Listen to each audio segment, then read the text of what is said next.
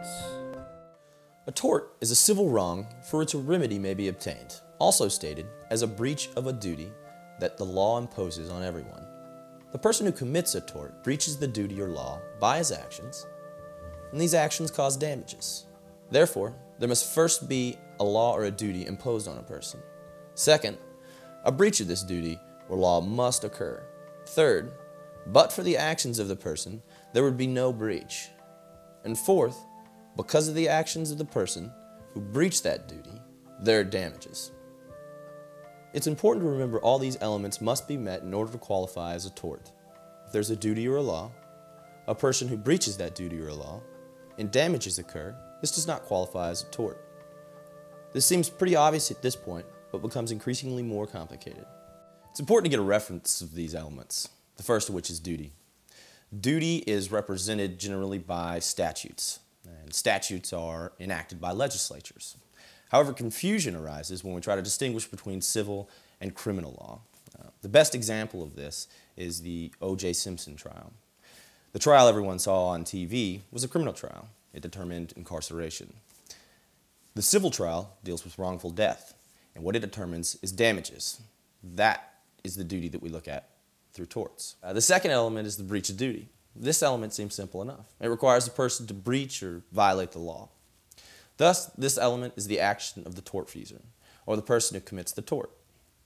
However, it has its complications as well. Depending on the tort, there are different elements required to determine what constitutes a breach. Thus, what constitutes a breach of battery is different than that of assault. The third element is causation, and directly relates both to the second element of breach of duty and the fourth element of damages. It's the glue that links them together. The action or breach of the tortfeasor must cause the damages. The fourth element is damages. This element refers to the damages received by the plaintiff. These damages range from physical damages and damages of personal dignity. There's no proof required to satisfy the element of damages. Intentional torts. Intent is required in order to satisfy the following torts: battery, assault, false imprisonment, intentional infliction of emotional distress, trespass to land, trespass to chattels, and conversion. Intent refers to bringing about some kind of physical or mental effect upon another.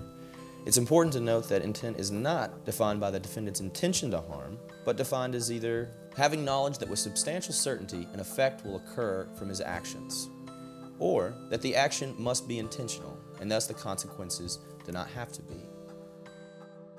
Now let's look at the first major intentional tort.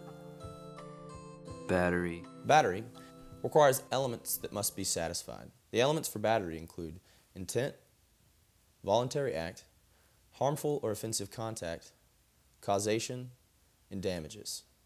In the case of battery, the intent required is either 1, an intention to cause a harmful or offensive contact.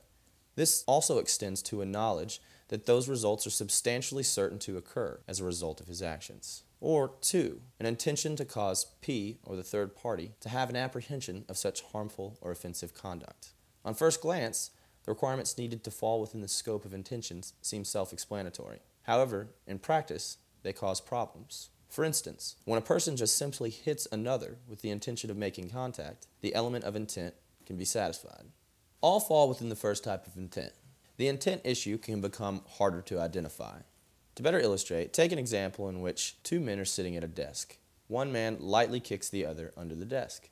The man who's been kicked loses his leg and sues the other. Is this the intent required? Should the child be sued? Well, despite what your idea of justice is, the answer is yes. Now let's look at how this fell within the scope of the elements of battery. Reviewing the two types of intent required: 1, an intention to cause a harmful or offensive contact, and 2, intention to cause the plaintiff or third party to have an apprehension of such harmful or offensive conduct. Additionally, it's important to note that the actor must have the mental capacity to have the intent. A minority opinion has ruled that children under the age of 5 don't understand that their actions can cause harm or offensiveness. Thus, if the child can't create the intent required, then no tort has been performed. This principle also applies to mentally insane people. If they don't have the mental capacity or the mental ability to understand the nature and effect of one's act, they can't meet the intent requirement, and thus can't perform battery. Now that a basic understanding of intent for battery has been explained, another factor is important to examine: transferred intent. Transferred intent means that if proper intent has been established to commit a battery on a plaintiff, but a third party has been injured instead, the intent will transfer to the third party, creating the battery. So using the current example, if the defendant intends to kick the plaintiff, but kicked a third party instead, a battery on that third party will have been created even though the intent was to kick the plaintiff. Here, the defendant intended offensive conduct. Although not what you might at first think to be offensive, the intent here falls within the scope of intentions for battery. The next element needed for a battery is a voluntary act. In our current example, the defendant voluntarily moved his leg over to the plaintiff and made contact. The voluntary movement is required here. So for example, if the D had sneezed and his leg had swung over and kicked the plaintiff, the voluntary movement element would not have been satisfied. Additionally, it's important to remember that any involuntary or forced action would void this element, such as a seizure or being forced at gunpoint.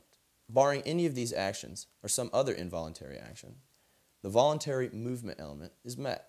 So on to the next element: harmful or offensive contact. Harmful or offensive contact must occur with the plaintiff's person. The important thing to remember here is that contact must be made with the plaintiff's person. So in our example, when the defendant made contact with P, contact was made, simple as that, and we already determined it to be harmful. Well, what about offensive? The restatement second tries and clears up that question and states that in order for contact to be offensive, the contact must offend a reasonable sense of personal dignity.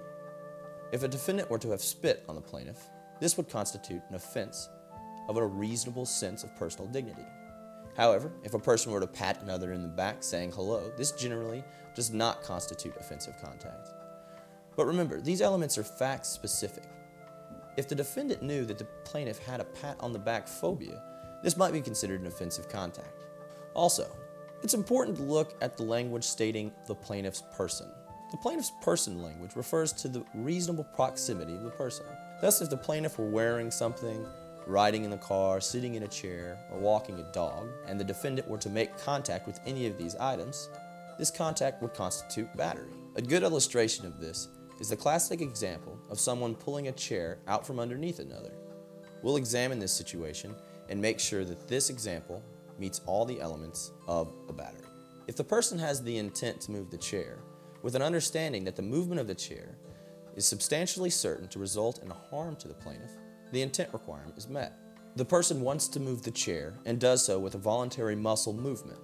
Therefore, voluntary movement has been met. The contact of the plaintiff to the floor is harmful and offensive. However, as this example shows, the injury was a result of pulling the chair out, and not from direct contact, as we've seen so far. As for the causation, but for the moving of the chair, the plaintiff would have not made contact with the floor. And finally, damages. The damages could be both a physical harm and an offensive action to the plaintiff's personal dignity.